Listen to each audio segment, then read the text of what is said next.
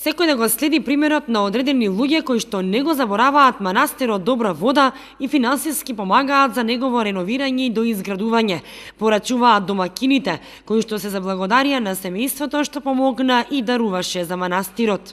Ево денеска туа со мајсторите ставаме плочки, сите соби да ги новираме со плочки.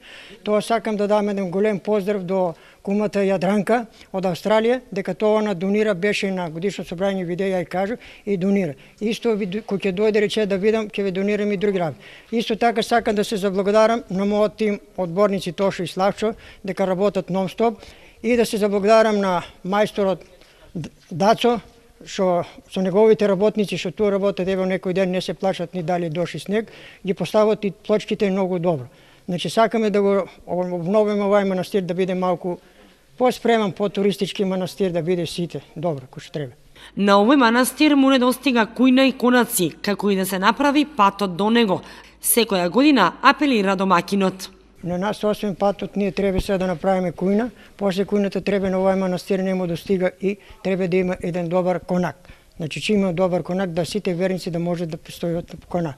Исто така ќе направиме и стрешниците да можеме сите верници да ги собереме под стрешница и да врне сонце да може да седат на столчи да се пијат и се уживат слободно.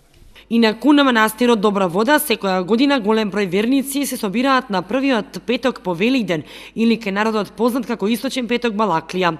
На тој ден се организира голем црковно-народен собир. Со овој празник посветен на Пресвета Богородица и се одава признание на Мајката Божја, пошто манастирот го носи незиното име.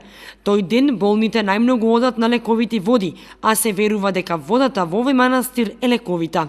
Од неодамна во овој манастир, освен на славата, започна еден нов собир на вторден Божик на 8 јануари, кога се сукаат зелници и се организира црковно-народен собир.